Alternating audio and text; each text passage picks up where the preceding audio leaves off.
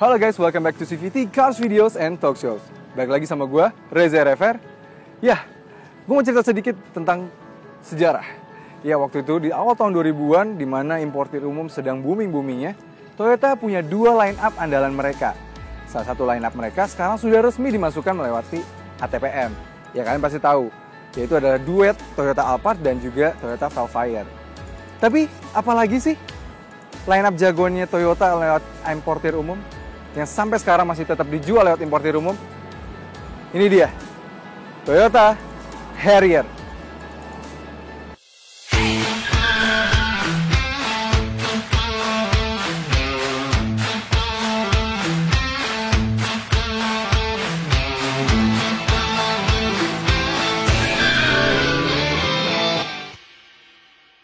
Ya, Toyota Harrier. Toyota Harrier itu sempat booming di Indonesia dan waktu itu padahal masih masuk melalui importir umum aja. Ya, ini dimulai di tahun 98 waktu itu ketika generasi pertama Toyota Harrier, yang mana dulu Toyota Harrier masih bershare generasi dengan Lexus RX. Ya, ini adalah dulunya juga sebuah Lexus RX, yang mana Lexus RX adalah Lexus yang kedua terbesar setelah Lexus LX. Lexus LX seperti kita tahu itu adalah Lexus terbesar ya, Lexus paling mewah, Lexus paling besarnya itu. Jadi luar biasa, ini adalah sebuah Lexus RX. Tapi kami sedikit kecewa waktu ketika Lexus RX berganti generasi ketiga. Ya, sejak generasi ketiga ini, Lexus RX yang semula berbasis Harrier, kini menggunakan basis yang baru dengan kode AL10. Dan sejak Lexus generasi ini, adalah awal dari kejatuhan dari takhta Toyota Harrier. Ya, berbicara sejarah, Toyota Harrier adalah produk Toyota terakhir yang di-rebadge Lexus secara langsung dari model lama yang masih bertahan. Sebut saja Cygnus yang pernah menjadi Lexus LX, lalu ada Altezza yang pernah menjadi Lexus IS, lalu ada Swerve yang menjadi Lexus SC. Ya memang zaman sekarang sudah ada Lexus LM yang di-rebadge langsung Toyota Alphard dan juga Lexus LX yang merebadge langsung Land Cruiser. Tapi bertahannya Harrier itu semua karena generasi keduanya yaitu XU60 ini memang sangat enak. Dan Toyota mendapatkan banyak sekali request untuk membuat Toyota Harrier tetap berlanjut. Lalu akhirnya setelah 10 tahun lahirlah XU60 ini. Dan kita langsung bahas dulu Toyota Harrier yang paling legend dan paling banyak beredar di Indonesia ini, XU30. Ya, generasi XU30 ini atau generasi kedua dari Toyota Harrier, dia punya waktu masa bakti yang sangat panjang, yaitu adalah 10 tahun lamanya. Karena dia cukup booming pada saat waktu itu. Ketika masuk di 2003 dan masuk lewat importir umum lewat di tahun 2004-an, ini sempat sangat booming dan sangat banyak. Dan menurut kami ini adalah Toyota Harrier dengan populasi terbanyak di Indonesia. Apalagi sih yang membedakan Toyota Harrier ini dengan mobil-mobil lain biasanya? Logonya. Karena biasanya Toyota di depan itu menggunakan logo Toyota, tapi tidak pada Harrier ini. Karena Harrier menggunakan logo tersendiri yang menggambarkan seperti lambang burung elang gitu ya. Karena memang Harrier sendiri mengambil nama dari burung elang yang ada di Amerika, salah satu jenis hawk di sana, yang menunjukkan bahwa ini adalah mobil yang cukup kelas dan elegan. Oke, kita bahas di depan sini, apa aja sih fitur kemewahan dari si Toyota Harrier ini yang membuat dia cukup mewah dibandingkan rival-rivalnya atau yang membuat orang-orang tertarik untuk mendatangkan dia secara lewat jalur importir umum. Oke, di depan. Pada waktu itu, pada zamannya, ketika tahun 2003, bayangkan saja dia sudah menggunakan lampu proyektor headlamp. Yang dimana pada waktu itu belum semuanya menggunakan proyektor headlamp, dia sudah menggunakan lampu proyektor headlamp yang memang sudah cukup mewah. Di depan sini dia juga sudah ada grill yang cukup mewah dengan balutan chrome. Dan sudah ada lambang Harrier yang seperti gue bilang. Dan dia juga sudah punya sensor parkir di depan sini, 2 titik. Itu sangat nice banget. Dan desain overallnya dari Toyota Harrier ini yang generasi XU30 pada saat itu melambangkan sebuah kemewahan dan membuat ciri khas tersendiri. Karena waktu itu juga line up SUV-nya Toyota tidak terlalu banyak ya. Itu kenapa kehausan konsumen Indonesia akan line up SUV mewah dari brand Toyota membuat orang Indonesia membeli Harrier ini. Ditambah, Harrier generasi kedua ini memang punya stance yang luar biasa gagah di depan dan ditambah adanya spion kecil ini, membuat Harrier baru memang lebih gagah dibanding rival-rivalnya. Apalagi pada zamannya ia sudah menggunakan velg 18 inci. Oh iya, Harrier yang kami review ini ada varian 2400cc. Di atasnya masih ada tipe 3000cc dengan mesin V6 yang punya beberapa fitur lebih lengkap. Oh iya, dari belakang pun desain Harrier generasi kedua ini punya desain membulat dengan nika lampu berwarna putih yang memang seakan-akan membuat Harrier XU30 ini lebih berotot. Itu sedikit si Toyota Harrier ini, karena memang Lexus RX waktu itu tidak banyak yang masuk ke Indonesia, dan kalaupun masuk lewat importer umum juga, dan harganya sangat gila-gilaan waktu itu. Dan since bentuk Toyota Harrier ini mirip sekali dengan Toyota Lexus RX, banyak banget orang yang mengganti lambang Toyota ini. Jadi waktu itu banyak banget ini, dari 3 Eclipse ini jadi lambang L gitu ya, L Illuminati. Banyak banget, jadi memang karena memang desainnya dibuat sangat mirip. Mungkin itu alasan Toyota tidak mau lagi menggunakan basis Harrier untuk Lexus mereka.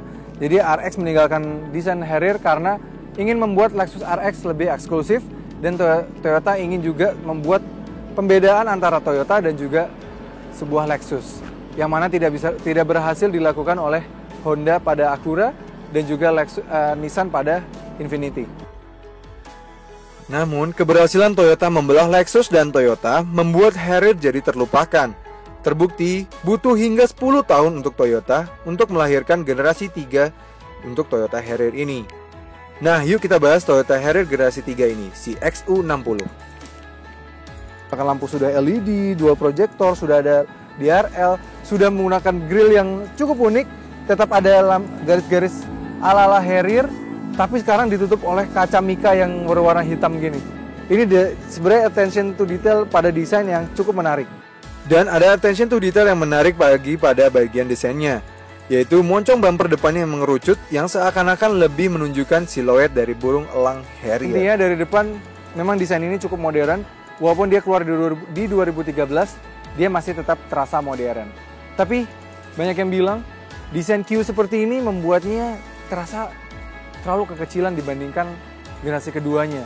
Banyak yang bilang kok stance-nya atau kayak dudukannya, bawaannya, tongkrongannya, si Toyota Harrier generasi 3 ini rasanya kayak kurang mewah atau kurang gagah lagi seperti yang generasi keduanya.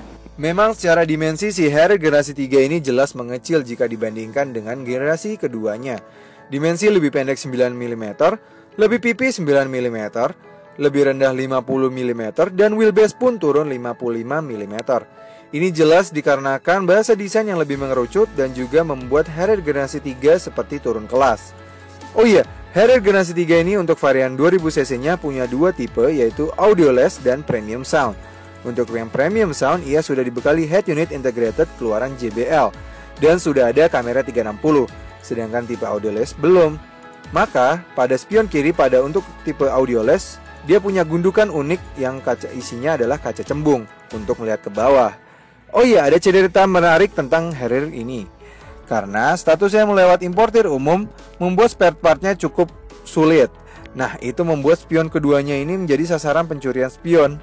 Tapi untuk aja, Harrier XU60 punya spion common parts dengan Innova. Overall, Harrier XU60 memang punya approach yang berbeda dengan generasi sebelumnya. Nah, bagaimana bagian dalamnya? Oke, lanjut dalamnya. Si Toyota Harrier terbaru ini yang generasi 3 ini, dia memang tetap punya legroom yang bagus, tetap punya kenyamanan yang sangat baik, dia juga tetap ada armrest yang cukup besar, sudah dibalut kulit, lengkap sekali. Tapi apa sih yang membuat dia kok sekarang tidak terasa spesial lagi? Ya, sekarang memang kayak seperti joknya seperti dibuat lebih kecil dibandingkan generasi sebelumnya. Jadi seperti terasa tidak segagah atau sebesar dari si Harrier yang sebelumnya. Padahal secara basis dan secara legroom dan dimensi semuanya, dia sebenarnya tetap lega dan tetap nyaman untuk diduduki. Tinggi gue 175 cm, ini posisi duduk gue tetap mendapatkan posisi ternyaman, tetap ada legroom, tetap ada headroom, padahal dia sudah menggunakan panoramic sunroof yang sangat besar dan sampai ke belakang, tapi tetap aja di belakang sini dia tetap sangat spacious dan sangat nikmat. Di belakang sini juga yang generasi ini dia tetap ada cup holder di tengah sini, sudah ada cup holder kanan, sudah menggunakan kulit, dan lucunya di bagian door trimnya ada emboss Harrier. Dan juga sudah disematkan wooden panel di door trimnya. Namun sayang di sini hanya ada AC blower kedua tanpa ada pengaturan ataupun soket 12 volt. Nah, bagaimana perbandingannya dengan Harrier XU30? Oke, itu balik belakangnya dari si Toyota Harrier yang generasi kedua ini. Memang ya, yang generasi kedua ini kok terasa jauh lebih besar rasanya. Mungkin karena desain dia memang lebih boxy, lebih ceilingnya lebih ke atas, dia lebih memang mengejar untuk lebih nggak aerodinamis ya. Jadi dia terasa kayak lebih apa ya, memang lebih gagah gitu di belakang sini rasa duduknya. Memang aura Lexus di sini tuh terasa sekali. Mulai dari penggunaan leathernya yang jauh lebih mewah, penggunaan joknya yang jauh terasa lebih lebar, sehingga terasa stance-nya tuh jauh lebih mewah. Dan kalau kalian bandingkan armrestnya dengan Toyota Harrier yang generasi ketiga, dia jauh lebih besar. Dan dia lebih mewah dengan adanya wooden panel ini. Ini kayu asli dan juga sudah ada kantong lagi. Jadi ini malah jauh lebih terasa mewah gitu. Dan belakang sini gue ngerasa duduk memang jauh lebih terasa duduknya seorang bos gitu. Sedangkan Harrier yang baru padahal jauh lebih advance, jauh lebih mahal, tapi tidak terasa spesial dan terasa mewah lagi seperti Harrier generasi kedua ini. Harrier yang mewah menurut gue adalah generasi 1 dan 2. 3 dan 4 lama-lama tingkat rasa spesialnya sudah sangat turun. Sayang sekali ya. Padahal Toyota Harrier dulu bisa membuat sebuah SUV yang seperti ini, SUV yang mewah dan sangat dicintai oleh masyarakat Indonesia yang rela mengeluarkan uang berlebih dan memasukkan lewat importir umum. Nah, kembali lagi bagian depan dari generasi ketiganya.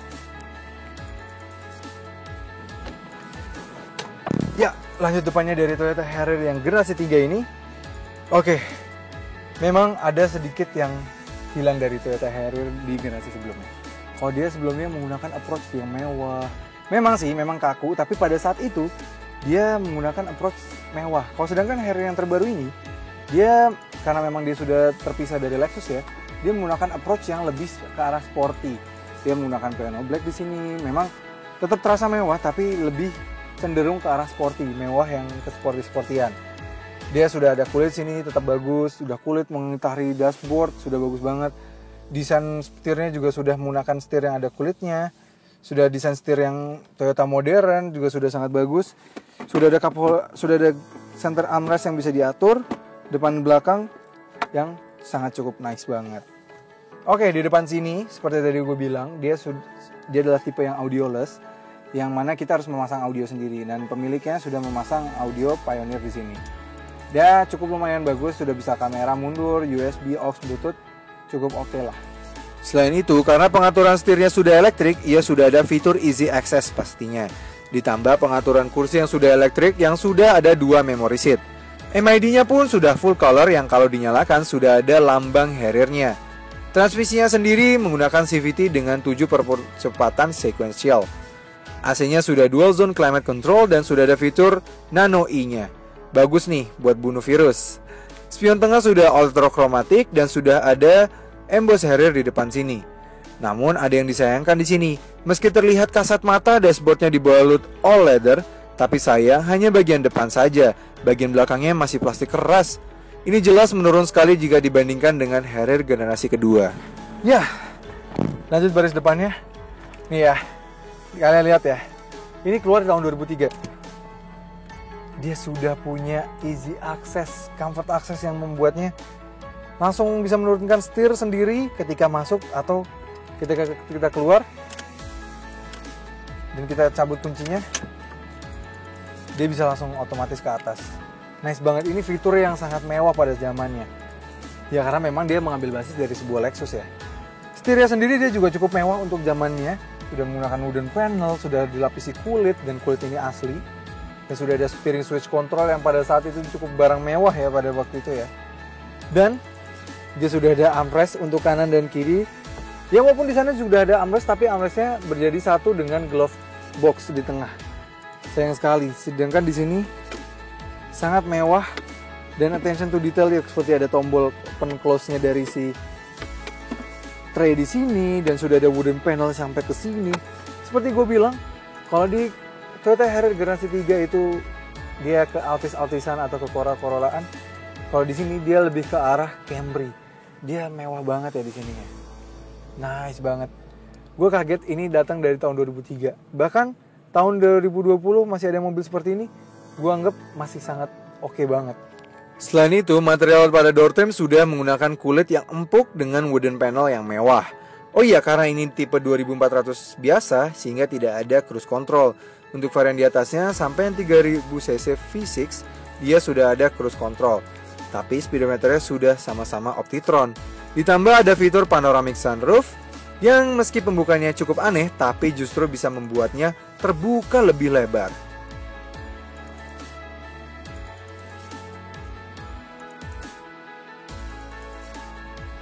Oh iya, seperti kami bilang tadi, Toyota Harrier ini memiliki beberapa tipe dari dua pilihan mesin, yaitu 2400cc dan 3000cc. Untuk yang 2400cc punya tenaga 162 horsepower dan torsi 221 Nm. Dan yang 3000cc punya tenaga 220 horsepower dan torsi 304 Nm. Mesin itu dialirkan ke roda depan dengan transmisi 4 percepatan. Nah, tipe yang kami review ini adalah yang 2400cc. Yuk kita rasakan rasa berkendaranya. Ya, merasakan Toyota Harrier generasi kedua ini. Ini seperti kembali kepada zaman tahun 2000-an awal ya. Dimana mobil memang masih mengedepankan kenyamanan, jarang yang punya handling yang tajam. Itu masih jarang banget, masih hanya beberapa mobil yang bisa seperti itu. Hanya mungkin BMW ya waktu itu saat itu. Cuma yang concern dengan handling, rigiditas, dan handling sempurna tuh cuma mungkin BMW ya. Dan di Harrier ini luar biasa nyamannya, melewati speed bumps, melewati jalanan yang kurang bagus, semi off-road. Ini dia sangat-sangat nyaman. Ini ada speed bumps yang cukup tinggi ya, anteng banget. Mobil ini keluaran tahun 2010 sama pemiliknya yang belinya. Ini tapi tetap masih sangat nyaman, masih enak banget udah dipakai ya. Luar biasa loh. Benar-benar sangat nyaman, apalagi kalau kalian benar-benar merawat mobil ini. Namun, mesin 2400cc-nya untuk ukuran modern dia tidak terlalu efisien. Karena dalam kota hanya bisa 8 km per liter, sedangkan luar kota bisanya hanya 12 km per liter. Dan bagaimana dengan tenaganya? Oke, untuk tenaga dia memang bukan yang bagus lagi ya. Secara performa juga tidak menarik. Mesinnya juga masih cukup boros karena memang dia mesin keluaran lama yang belum mengejar efisiensi. Tapi masih oke kok untuk kalian pakai harian, untuk kalian pergi-pergi harian gitu misalnya ngantar-ngantar untuk daily kalian banget ya, untuk kerja A to B. Ini masih oke banget. Dan stance-nya, ini posisi mengemudi gue sudah paling rendah ya. Sudah di set paling rendahnya dari posisi ini. Ini masih tetap rasanya tinggi banget. Dan gue rasanya ini kayak naik SUV yang jauh lebih tinggi. Kayaknya seperti naik Fortuner misalnya, SUV ada door frame seperti itu. Atau sebuah Pajero Sport. Jadi kayak lebih tinggi gitu, kayak mobil di kanan kiri gue tuh kayak terasa lebih rendah aja. Luar biasa sih. Memang ini Harrier, kenapa Harrier ini terasa jauh lebih besar dan lebih spesial dibandingkan rival-rivalnya pada saat waktu itu.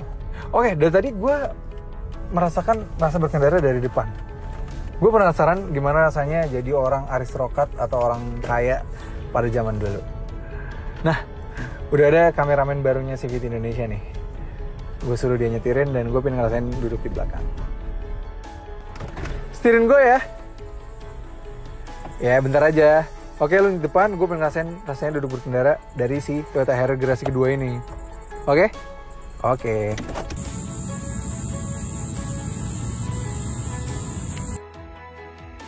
Oke, sekarang gue ada di belakang.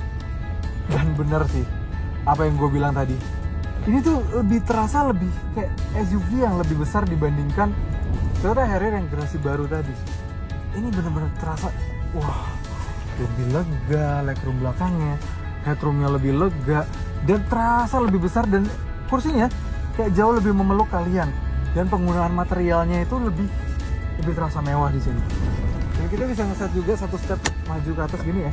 Dan ini bener-bener kalian tuh kayak terasa lebih, wah, luar biasa sih. Memang ini sini mewah banget. Kalau kita sebentar lagi mau ngajar speed bumps nih ya di belakang. Dengan kecepatan cukup tinggi, jadi tetap cukup nyaman dan masih sangat stabil. Enak banget. Bener-bener mobil ini tuh masih enak banget buat jadi mobil keseharian kalian dan nganter-nganter bos kalian misalnya. Kalau masih orang-orang kaya masih mempertahankan Harrier ini, Bener banget sih. Ini di belakang nyaman banget sih, dan gue masih terasa kayak mobil di mobil modern. Ya, tetap nggak malu-maluin kalau dipakai untuk ke kondangan. Apalagi memang stance-nya yang terasa lebih tinggi. Dan bagaimana ya dengan generasi ketiganya? Untuk XU30 pre-facelift ini, pilihan mesinnya hanya ada dua, yaitu 2000cc dengan 158 PS dan torsi 195 Nm. Dan juga ada tipe 2500cc hybrid dengan tenaga 177 horsepower dan torsi 235 Nm. Nah, tipe yang kami tes ini adalah yang tipe 2000cc. Yuk kita rasakan berkendara seperti apa. Oke, sekarang gue gantian merasakan yang generasi barunya, generasi ketiganya, yaitu XU60. Ya, 10 tahun setelah generasi keduanya hadir, bagaimana sih Toyota? R&D-nya apakah lebih baik? Untuk kenyamanan sebenarnya masih mirip-mirip, tapi memang yang kami kecewa adalah waktu 10 tahun tidak benar-benar digunakan dengan baik oleh Toyota untuk meracik ulang sebuah Toyota Harrier yang lebih baik dan jauh lebih baik dibandingkan Toyota Harrier sebelumnya. Pertama, penggunaan mesinnya yang memang sebenarnya mesin yang sharing platform dengan beberapa mobil Toyota. Yang seharusnya Toyota Harrier adalah varian yang cukup spesial dibandingkan mobil-mobil Toyota lainnya. Lalu, rasa mengemudinya dan posisi mengemudinya. Jujur di sini dia terasa jauh lebih, memang seperti kayak terasa SUV crossover yang kita kayak ada di bawah dashboard gitu ya. Dashboard kita tuh jauh lebih tinggi dibanding kita duduk sekarang rasanya, sehingga terasa dibandingkan kendaraan lain di kanan kiri kita. Kalau di kemarin di XU30 tuh kita merasa lebih tinggi, kita kayak merasa lebih gagah, lebih dudukannya tuh ibaratnya kalau bahasa orang-orang tuh tongkrongannya lebih gagah gitu ya. Ini kalau di sini tongkrongannya jauh terasa memang lebih kecil. Itu semua karena Harrier terbaru ini ingin menggunakan approach yang lebih sporty. Walaupun secara handling dia belum setara SUV keluaran Mazda misalnya. Bagaimana ya dengan mesinnya? Dia menggunakan mesin 2000cc yang juga sebenarnya sharing platform dengan Corolla Altis yang 2000cc dan juga beberapa mobil Toyota yang menggunakan 2000cc ini. Dan tenaganya memang karena dikawinkan dengan transmisi CVT ini dia agak tertahan ya. Kami sebenarnya emang Toyota Harrier yang sebelumnya bukan mobil yang punya performa bagus, bukan. Tapi yang kami kecewa adalah 10 tahun yang digunakan oleh Toyota itu bukan membuat mesin baru untuk si Harrier ini. Iya, banyak kekecewaan terhadap mesin Toyota Harrier generasi ini. Karena ini terasa sangat underpowered. Apalagi ditambah dengan transmisi CVT. Dan memang sejak akhirnya facelift pada XU60 ini, ia diberikan mesin 2000cc turbo. Namun tetap kegagahan yang ada di generasi XU30 memang tidak lagi berlanjut di sini. Nah, bagaimana rasa disetirinnya? Nah, yuk kita minta tolong kameramen kami lagi. Aduh, Ner, thank you banget ya udah mau nyetirin gue lagi. Sampai 2 kali nyetirin gue 2 mobil beda. Santai Ja, gue seneng kok nyetirin lu. Oke, di belakang sini memang itu yang seperti gue bilang itu, dia terasa mobil ini jauh lebih kecil dibandingkan generasi sebelumnya. Terasa loh ya, walaupun padahal sebenarnya secara dimensi tuh dia ya lebih lebar, lebih panjang. Legroom sebenarnya juga cukup bagus. Headroom memang agak termakan sedikit, ini lebih kecil sedikit dibandingkan si Harrier generasi kedua atau XU30. Terasa. Dan juga kaca di sini juga memang lebih sempit dibandingkan XU30 yang memang lebih lebar gitu ya. Di sini lebih kecil. Sayang sekali. Memang walaupun memang dimensi lebih lega, lebih lebar, lebih panjang, tapi penggunaan kursi yang kecil dan juga penggunaan material leathernya yang justru ini leathernya jujur ini sharing dengan Corolla Altis. Persis banget, kami juga sudah pernah mereview Corolla Altis yang 1800cc, kalian bisa lihat di sini linknya. Nah, itu penggunaan bahan leathernya, material leathernya persis sekali baik ke depan maupun belakang, persis banget. Sebenarnya it's not bad thing, bukan hal yang buruk, tapi hal yang disayangkan karena dulu dia sharing dengan Lexus dengan menggunakan material yang jauh lebih upmarket. Kalau sekarang dia juga menggunakan sharingnya dengan Corolla Altis yang mana kelasnya di bawah dia. Itu sayang sekali sih. Seharusnya Toyota bisa lebih concern lagi dengan Toyota Harrier, karena Toyota Harrier tuh kenapa generasi keduanya sangat booming dan sangat banyak request untuk menghadirkan lagi generasi tiganya, padahal mobil-mobil yang dulu di rebadge oleh Lexus secara langsung dari Toyota yang berbagi sharing itu sekarang rata-rata semuanya sudah discontinue, tapi Toyota Harrier masih tetap ada. Itu semua karena Toyota Harrier punya dulu tuh generasi 2 benar-benar berhasil mengambil hati para konsumen. Nggak cuma di Indonesia tapi di seluruh dunia. Itu kenapa banyaknya permintaan untuk tetap melanjutkan Harrier dari generasi kedua ke generasi 3 tetap berlanjut. Namun sayang Toyota tidak bisa membawa formula suksesnya pada generasi XU30 ke XU60 ini. Oke, sekarang kita tanya ke Rainer, gimana rasanya duduk di depan? Nah, gimana rasanya duduk di depan? Kalau nyetirnya sih ini lebih, gimana ya bilangnya ya, lebih tenggelam dibanding yang lama. Kalau lebih sporty juga, ini lebih sporty, jauh lebih sporty. Tapi kalau commanding enakan yang lama. Setuju sama Rainer. Kami pun lebih suka posisi mengemudi, kenyamanan, dan rasa berkendara dari generasi yang kedua. Itu semua karena Harrier generasi kedua memiliki karakter yang segaris. Sedangkan si Harrier generasi ketiga ini seperti krisis karakter. Mudah-mudahan di generasi keempatnya, walaupun bentuknya sebenarnya mirip-mirip, kami berharap di generasi keempatnya Toyota berhasil mengimplementasikan sebuah karakter baru untuk si Harrier ini. Apakah dia benar-benar sporty? Apakah dia benar-benar mewah? Karena jujur di generasi 3 ini agak sedikit nanggung untuk antara dua-duanya. Yang sporty sekali juga tidak, mewah sekali juga seperti dulu udah nggak lagi. Tapi jujur, Harrier generasi XU60 atau generasi ketiga ini tetap bukanlah mobil yang buruk.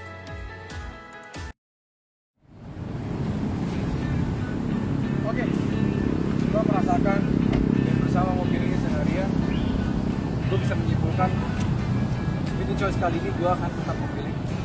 Dari dua generasi ini, gue akan tetap memilih si Toyota Harrier generasi kedua. Ya, karena Toyota Harrier generasi kedua ini lebih memiliki karakter, lebih nyaman, dan juga terasa benar-benar well built. Sayang sekali ya, padahal potensi terbesarnya Toyota Harrier sudah ada sejak generasi kedua ini dan bisa ditingkatkan lagi untuk generasi ketiga yang memang jaraknya lebih dari 10 tahun. Seharusnya waktu 10 tahun sangat cukup untuk Toyota menggarap ulang sebuah Toyota Harrier. Tapi sayang sekali Toyota Harrier mulai dari generasi 3 dan generasi keempat kami juga sudah lihat hasilnya yang seperti ini bentuknya. Yap, yang mana kini Harrier semakin terlihat sporty. Mudah-mudahan Harrier generasi keempat bisa kembali menjadi memiliki jati diri yang jelas.